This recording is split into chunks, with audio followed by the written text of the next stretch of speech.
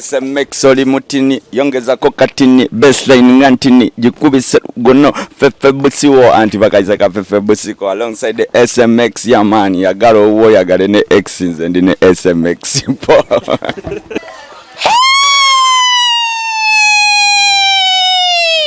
Yeah man, this is Rico de la Butida, outer biggest ghetto corporate family in Machi in the Lucky City music straight away. The pigging gas them scatter owner King Kulumya Butida. Yeah man, SMX media straight away. Yeah man, Bobena ne katonda, umtima te kufunda. Kaba kutise baje bisombu jayo sente bakunyigire mukasonda. Your girl Lydia Jasmine Elje, ngamba saba. Banange subscribe ku SMX media. Yes, catch all your latest gossip abayimbi abakabi buli kimu mubeereko mwekumireko happy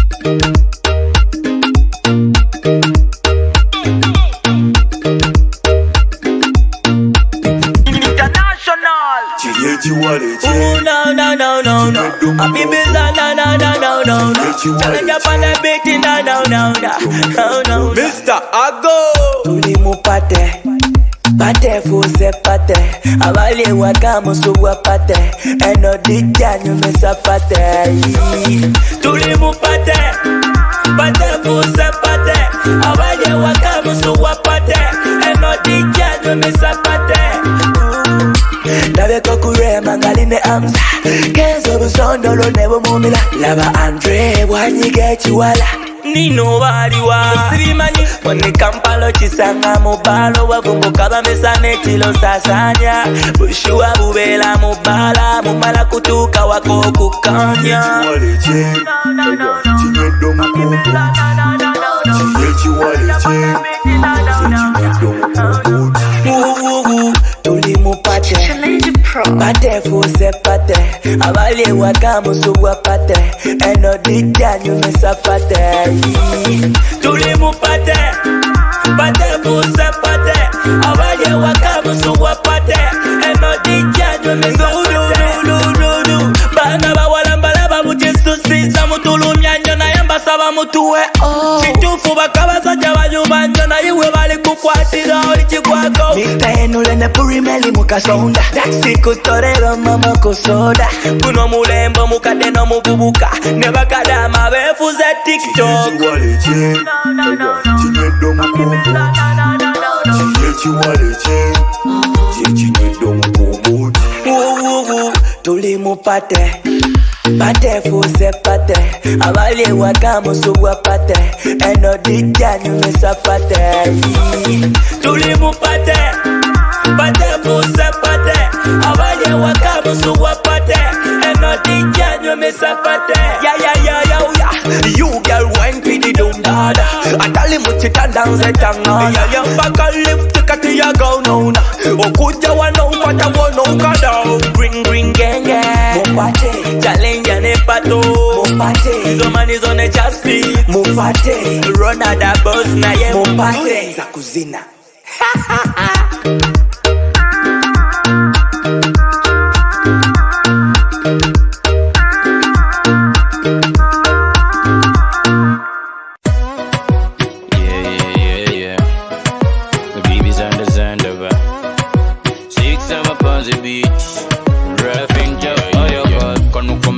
Kakogwa John Black Nazena maze kwanza sida yo back yeah Umanyi mujala je wandeka Ebili yo love imanyenze sida yo back Yokelango kuwa muziki okagazendi wanyoma na yesiguka Ni mama yangambi agaga isagaga yoja kufuni yoji Yeah The baby's on the Zandabar 6 pounds a beat Rapping job Kanuka message kakogwa John Black Nazena maze kwanza sida yo back yeah Umanyi mujala je wandeka Ebili yo love imanyenze sida yo back Yokelango kuwa muziki okagazendi wanyoma na yesiguka Ni mama yangambi agaga isagaga yoja kufuni yojugaleza Ayaka Yonkolo bwoje Yompisa bwoje Njagalo bigindezi Jebyo yonkolo bwoje Yompisa bwoje Ngusabo bigindezi Yonkolo bwoje Yompisa bwoje Njagalo bigindezi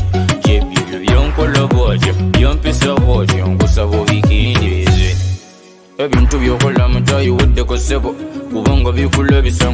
gwe ssebo ulaga gutya wallahi okunemesa nga nze okuyimba ulaga gutya wallahi okusasula eyapule neme kuzanyiwa nali nasalawo nze mbele mukamali nga nasilika nabivako ndayire wallahi naye konsojja kankulageko tebyama byaffe byonna byonna kambyaze lwaki yobeera nondola lwaki yobeera nondola lwaki yobeera awo nemirako nga tukimanyi oli muganda wange byonkola bwotyo byompisa bwotyo njagala obigendeeze gyebibyo byonkola bwotyo byompisa bwotyo nkusaba obigendeeze ebyo byonkola bwotyo byompisa bwotyo njagala obigendeeze gyebibyo byonkola bwotyo byompisa bwotyo nkusaba obigendeeze azigizagazagaza asekisa muwama gyekube totya adije tukuba omuziki paka kumaca ne bwendogoddemu nze sijja kubowa ngulayirira wallayi zijja kubowa yaweyogeza bulungi wano gulediyo ne balowooza nti oba oli mulungi kyokka nga byokola omutima oli mukagwaddugala mu byoli mu binnya muziki ngokuba mubuze Frank Lion yemino yemiba like a bad lion oba yagala kumanya ti ndi muka bubulila bubulezi bwobuliliza manyamanya jona wandogaloga nze nina katonda mbagwe sikutya tolimpologoma onkangakanga mumbiveeko naye ndayira wallayi sijja powa azigizagaza onkola bwotyo byompisa bwotyo njagala obigendeeze gyebibyo byonkola bwotyo byompisa bwotyo nkusaba obigendeeze ebyo byonkola bwotyo byompisa bwotyo njagala obigendeeze gyebibyo byonkola bwotyo byompisa bwotyo nkusaba obigendeeze ulaga gutya wallayi okunemesa nga nze okuyimba ulaga gutya wallayi okusasula eyapule neme kuzanyiwa nali nasalawo nze mbele mukamali nga nasilika nabivako ndayire wallayi naye konsojja kankulageko tebyama byaffe byonna byonna kambyaze lwaki yobeera nondola lwaki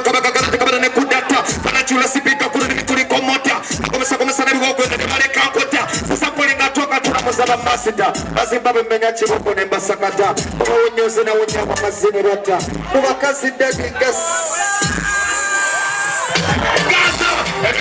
batade mubinika batukusipika sagala situka kalina kuteka kakuzenduka nakatandika asumagira zokuka kabaka mulaga nyimba kumbaga kutuya musoga ninga mukiga zesingochuga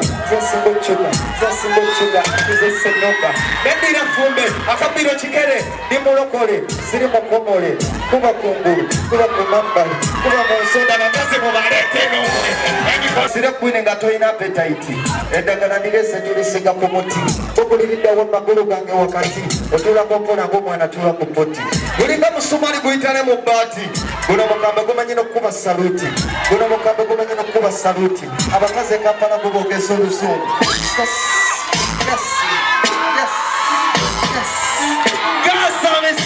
Samanya ndobozi bamtemse SMX representing straight out SMX media yonako lwaleero ndi waka kubanga wano YMCA mbera waka tuzo okubeera nga tu unveiling a beauty pageant ya Miss YMCA Mr and Miss YMCA abaana basaze okubeera nga ba contesting amweno beauty pageant so nako lwaleero wano kwa SMX media ngena making sure mu buli kimu kikutuusa ko nga bakigenda okubeera nga kitambula wano mbera waka YMCA badawa mute mukimanyi naye mujagenda mu dictionary YMCA mwekiri so this institute over this organization eri worldwide YMCA eri munsi ezisuukako wanino mu Africa nyingi nnyo YMCA gyeri abantu amuche mutamanyi YMCA kitegeeza Young Men Christian Association ngabadde takimanyi naye nako lwayo tuli ku campus eyawane ewandegea nire nako wezigendera nsubiranga nako z'omwezi nga 28 tugenda bera ku campus y'Ebuwambo ziri campus biri eyewandegea n'ey'Ebuwambo y'Ebuwambo bagizimye ngeringa main campus naye nako lwaleero tuli wane tuli unveiling you guys got talent we bali okubeera nga ekintu kinene bakikwasaganya abaana self esteem besobola okubeera nga eyambukira ddala waggulu nawe kenyini katugende no mu crowd tulabenga abana ba organizing the guild council ya YMCA esazeewo okubeera nga ekiwambamu omukono kansooke njogerako ko n'abaana abasajja gye baleko sebo nawe gye baleko kale olunaku leero tuli wano ku YMCA soko beyanjuliye yese bamanya nze talemwa awusa ate nga ndi muyizi wano ku YMCA ate nga nze mukuba testesi b'ekintu kino zino Mr and Miss YMCA naye zino auditions si mpaka zenyine mpaka ziriyo nga 3 ogw'omukaaga so tubeebaza nnyo namwe aba SMX media okutwegattako ku mukolo guno yesebo kisinza okuneewunyisa ku YMCA mbadde ebaddewo ku Miss YMCA ndowooza editions ziringa 4-5 actually ziringa 4 oba 3 naye sirabangako starting point ng'eringa ate final point starting point webadde organization weberanga final kati ate olwo final egenda kubeera muganda wange tosobola okugamba final tupreparinga okubeera nga twagala tukikole nga kanifo kuba twagala tukikube the fullest tuplaninga cream artist over 5 of them Feffe Bussie Galaxy FM bonna webali abasajja bakyali backstage Mr. Henry yazedda mwali Ditacha Sankalaman mwali tuyina abantu bangi DJ Deno akyali n'amaanyi so basebo ne banyabo tubagamba nti tubakakasa nga tetunagenda ku kivulu kyennyini nga 28 tuli buwambo ate nga 28 buwambo naye tugenda kukolanga kino naye nga 3 kati tukuŋŋaanye banno bonna wano wenyini mutwalo gumu VIP ejja kuba ku mitwalo 2 naye nga kijja kuba epic than this olaba kino kibadde webalenyo n'amaanyi so tusaba nti abantu tubebaza first of all okutuwagira ate tusaba nerulite mutusuuliriranga musobole okuba nga mujja mu bungi ate baganda bange mbakakasa nti tekigenda kubanga tuba disappointing mu ngeri emu oba endala kyesinza okusimako ku guno omulundi nti abaana b'ebuwambo temubasuuliridde ku guno omulundi era nga nabo mubategekedde ekyawo then mwagenda okujja ku fayino kati bali mukabu anti kakati muganda wange kyonsobola okukakasa ebuwambo bavuddeyo costas 2 takisi eme ya girudi ekyo kiraga mukwano kati faate eno twagala tutwale lwakwa linki bagisibye nandyagadde linki basavisa zonna buwambo tukube buwambo ebeereete so basebo ne banyabo mbakakasa nti nga 3 ogw'omukaaga ejja kuba matazide basketball court yakwata muliro Mr. and Miss YMCA Grand finali kulamaga tukyeyongerayo katugendeyo wali venue yennyini nga Miss YMCA beauty pageant zigendera ddala mu maaso abaana bongera beera nga mbakutuusaako tulabe bulungi tugenda okubeera nga kitambula so tugenda beera twogerezaako ku bantu abamu abali wano nga osobola okulaba mu crowd already kiri epic abantu batansedde okubeera nga banyumirwa beauty pageant wano ku YMCA si final naye omulundi ogwali bali mu kubeera nga ba unveilinga nga 28 bagenda beera buwambu naye jagendayo okubeera nga kikutuusaako then ennaku z'omwezi nga 3 tujje wano tulabe final ani agenda okubeera Miss YMCA 2022-2023 tulabe ani agenda okubeera nga akitwala. Yes, samanya ndowooza kyali mu SMX representing straight out SMX media. Tuli eno emabega backstage ba contestant abesimbye okuba Mr. ne Miss YMCA. Tibali mu kubeera nga beteekerateekera. Ngenda koma weno rounds eziwerako kubanga bagenda beera basobola okukyusa costumes eziwerako okusinziira ku mulamwa gwa beauty pageant eno nga kugenda okubeera nga kugenda. So ngenda kwogerako n'abamu ku bo tulabe kubanga sawa zino bagenda ku stage so saga kubeera nga mbadwisa mujebaleko. Sikansokeko njebaleko. I don't know Luganda. You don't know Luganda. That is it. Mr. YMCA doesn't know Luganda. How are you? I'm good. Fine. Contestants number? Number 15. What's going to make you win? I'm sure because me myself, I'm contented that I can make it. So I'm very sure I'm going to win it. And my deeds in my institution can favor me, can make me go through. What's your name? Rota Innocent. Is there a platform they put that students are going to vote or it's going to be on judges? No, it's going to be online. They'll bring it after. Tell them how to vote for you. They have not yet enlightened about that. How are you? Musajja agambye agenda kuwangula. Tasobola. Ate ologobeera okukyakola ki wano? Tansobola kuba nange nesi. Namba ki? Ndi number 10. Tebanna baba highlighting on how to vote. Just opening. This is the opening. Then ku 28 tugenda kubeera ku Bwambo campus. Yegenda okubeera yebibuuzo n'ebisigadde. Naye wano just tutuuze kugula abantu. Nakwena kuba abaana abanesiga olwasooka nali nga sinaba kufuuka mukulembeze naye nali ne balwanira ebintu bingi. So kino kyanfuula sinaba kufuukako mukulembeze nabalwanirira eddembe ku Bwambo campus. So ne banesiga ne bangamba osobola kukiikirira. Muganda wange obwakabaka bwa Buganda ng'obudduukiridde terigenda kwanjula nga tolina kimera. Mpola baba kale sebulayi jo akabonero kategeeza kikane kano anti tuli kwambala kati African wear no kwambala ekintu kyonna kiraga nti this is Africa, we love green, we are green. Kino kijjayo obutonde bwaffe kino kimuyembe papali ono ovacado. Yes sir. Kuba ovacado bamukolamu ebintu bingi ebizigo basobola okugulya. Number 16. Banasajja ogenda bawangula ki? Kubanga nze nesiganga nze I'm capable of doing this and I have to win this.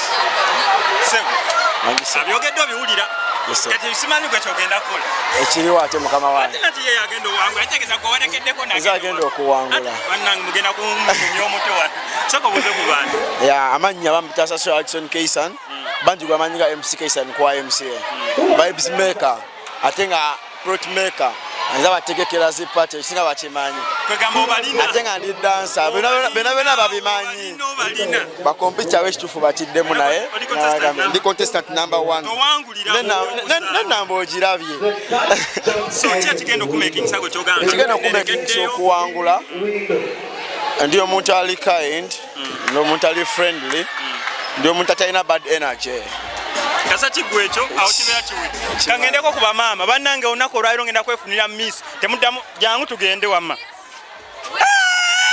bannange ebya agi tebigenda kummalirira singa bali bagamba no 16 kubanga abaana ndabanga bato gye baleko Hi. Hello. Hi. Hi. Contestant number? Number 6. What's your name? Number Sheila Amy. Yeah. What inspired you to come in this beauty pageant contest? YMCA inspired me. The YMCA inspired me, to yeah. stand for Miss Y. Yeah. And so you're very unique. Yeah. So, we're going to go to Wangula. We are all competent and we can all be Miss Y, but I think it's God. It's all by God's grace. God's grace. Yeah. Amina. No Mr. Miss YMCA. Lakwa togenda bera weka kubanga ndaba bannange omutima gwankubye dokuba wena tuse wa. Ye bale kunya. Even you are smart. Thank you. Omutima nga gunkuba. Only contestant number 19. Kyekigenda okuwangusa ekiri unique kwekyoli naturanga. Being myself, ngenda bera nze ntewa kigenda okunchuka. I'm just going to be myself with my confidence and intelligence. Bakuyitiddemu koko duties za Miss. Oba olinze wali eri ku fire. Bakubuuze Miss YMCA ogenda tukolera ki? Ogamba bana ngenda basindikira mobile money. Ekinene nnyo kya kuba duty ya Miss obeera gwe namba emu representing essomero gwe kimuli ky'essomero buli omu akutuukirako brand ambassador. So that's it. Actually, obeera brand ambassador. That's the main thing. Represent the school in a good way. Yeah. So about representing and being very birungi. Abaana obutambi bukusa obutambi tugendera naka Miss YMCA kaze. Soko buze ku bantu obasaye okulo.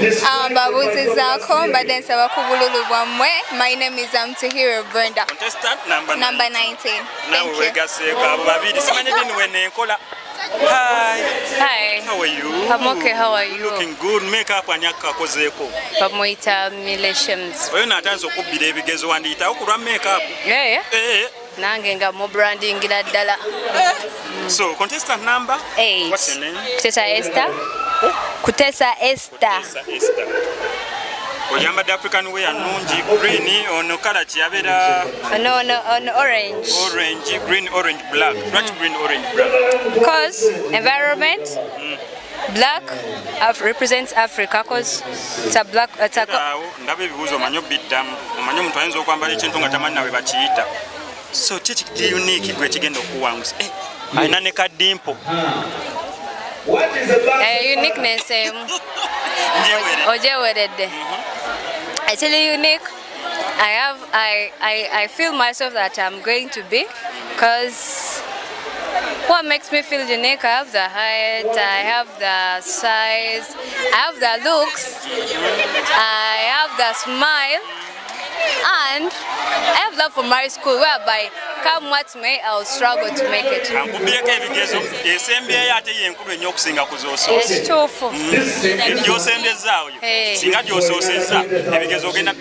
wish you the best. Thank you. Hi. I like these colors. Thank you. Did you know it? I didn't know. I'm going to. How are you? I'm blessed. Just a number. 17. 17. What's your name? My name is Nambiru Masibirunji. What inspired you to contest for Miss YMCA? Because I believe in myself and I'm passionate about a girl child. Yes. Passionate about? I'm passionate about a girl child. I want to see them embrace their softness and stop being taken advantage of. nkulesa ebintu obimanyi ani yakubidde ebibuuzo Atawali. God is with me. Ogenda oyitira omweyo line. I wish you the best. Hi. Hello. Kati no munzi height nsuubira gwe nnoze. Kubanga kati olaba awo nze mbeera mumpi. Ate abakyate You have a good height. Thank you. What's your name and what's your number? Cynthia, number 3. Acheng Cynthia, number 3. What's unique about you? I'm tall. I have a beautiful smile. So what inspired you to contest for Miss YMCA? Well, this has always been my dream. So when I got this opportunity to contest, I was like, I want my dream to come true. Yes. So you're chasing your dream. That's good. Never give up. High five. Tell them to vote for your name. My name is Acheng Cynthia, contestant number 3. Please vote for me, a student at YMCA. Doing what? Wow. Doing what? Catering. Catering. Wow. Hi. Hello. What's your name? My name is Nandagire Karo. Nandagire Karo, contestant number 18. You're looking good. You have this thing they call figure. What inspired you to come to contest for Miss YMCA? What inspired me was my very own self, the way I realize opportunities and come up for them, so that I can also help the young girls who cannot speak by themselves. Right, I was thinking on that. You inspired yourself to come out to believe in yourself. You know, these girls, there are so many girls in YMCA, over like 4,000 and above, but to come out as you and inspire yourself and believe in yourself to chase for your dream. I wish you the best. Tell them to vote for your name and your number. My name is Nandagire Karo, contestant number 18. Please support me. I like the smile. Hi. Hello. Oh, I'm touched by your smile. Thank you so much. What contestant number? Number 2. What if the results come out when you are the second runners-up or third runners-up? How will it be? That is impossible. You have to be Miss YMCA. Not the first runners-up, not the second runners-up. I must be the first. What inspired you to come in this contest?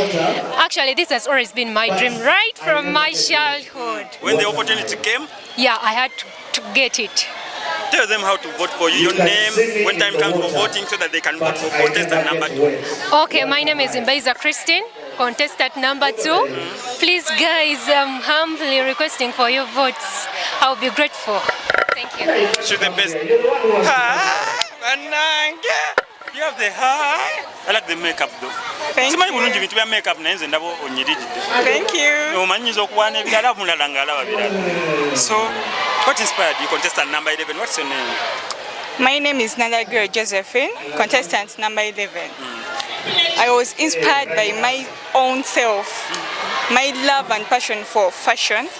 It's what inspired me because I love artistic things like modeling, acting, and this is part of my passion. And it's the way to go nowadays. Jobs are known. So if you can feed on your talent. Yeah. So which course are you doing here? Fashion and design.